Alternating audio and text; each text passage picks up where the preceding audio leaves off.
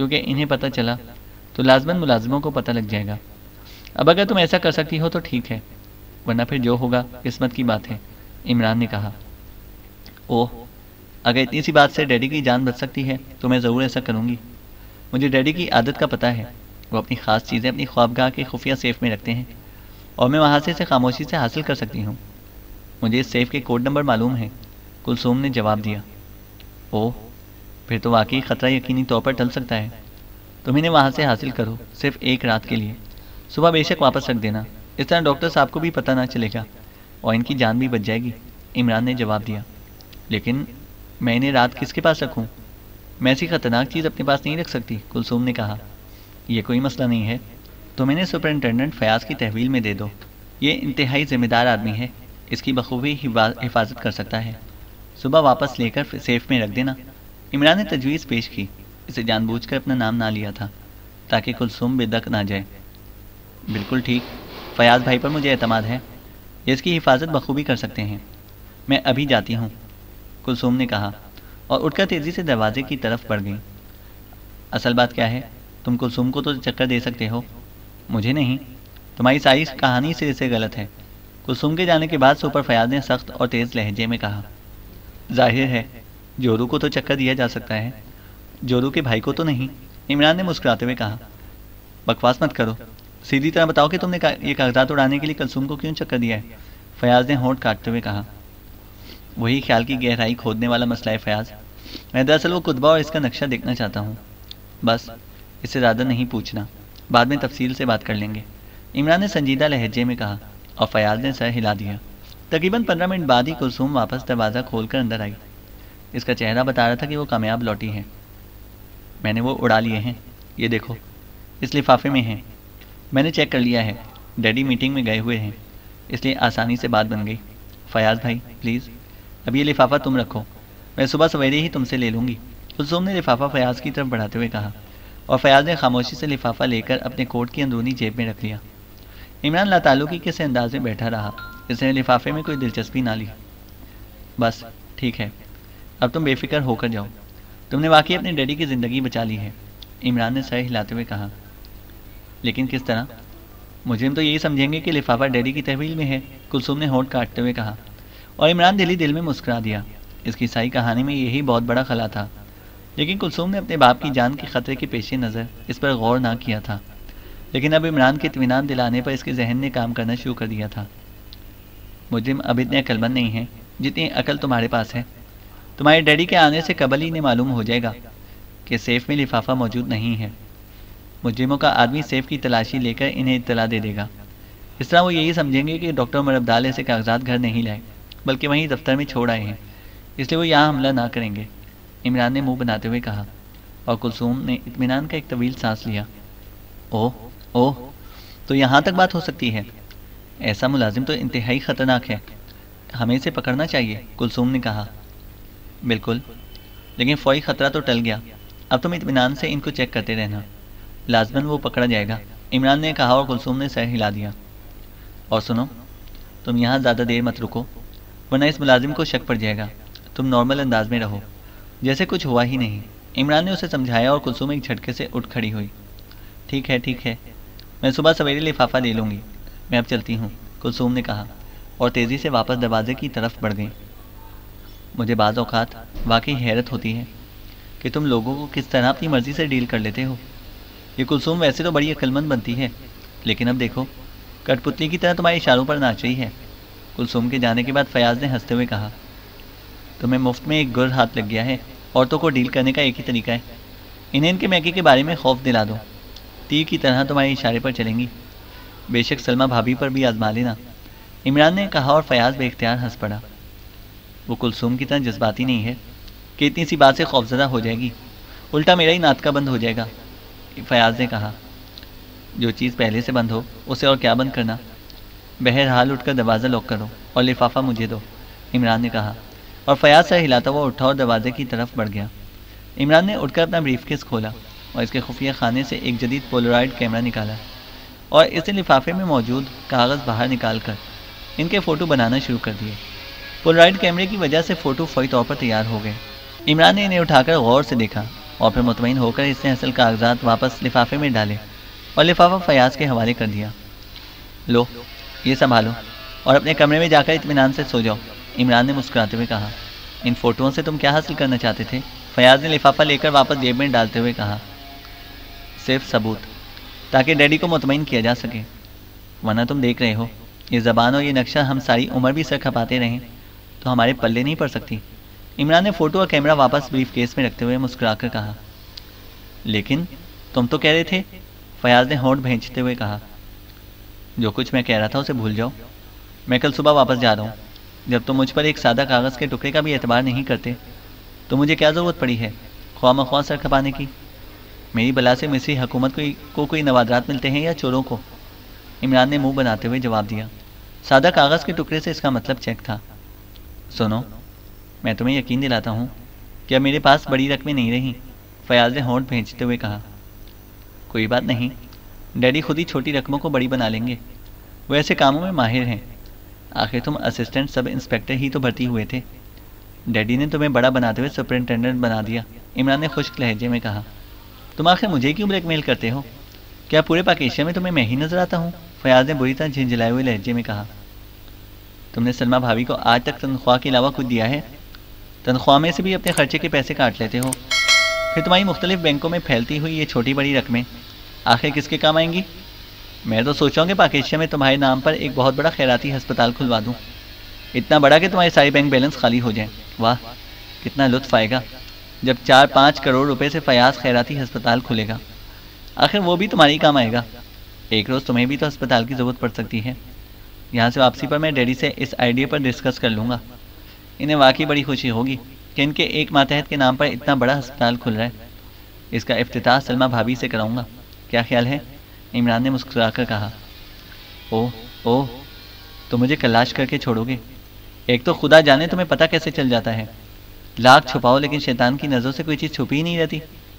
اور پھر اگر تمہارا خیال ہے کہ میں حرام کھاتا ہوں، رشوت لیتا ہوں، تو یقین کرو کہ میں نے ایک پیسہ بھی رشوت کا آج تک نہیں لیا۔ یہ تو بس قانونی پیچیدگیوں اور مشگافیوں سے بچنے کے لیے لوگ مجھے تحفے میں دے دیتے ہیں، فیاض نے رونے والے لہجے میں کہا۔ مجھے معلوم ہے، اس لیے تو میں ہسپتال بنوا رہا ہوں۔ جس روز مجھے اطلاع مل گئی کہ تم نے رشوت لے کر منشیات فروشوں کو چھوڑ دیا ہے یا اسمگلروں کو نظر انداز کیا ہے، اس روز میرا فیصلہ بدل جائے گا اور پھر ہسپتال کی بجائے تمہارا مقبرہ ہی بنے گا، عمران نے خشک لہجے میں کہا۔ لا حول ولا قوہ، تم نے مجھے اتنا بے ضمیر سمجھ رکھا ہے، فیاض نے منہ بناتے ہوئے کہا۔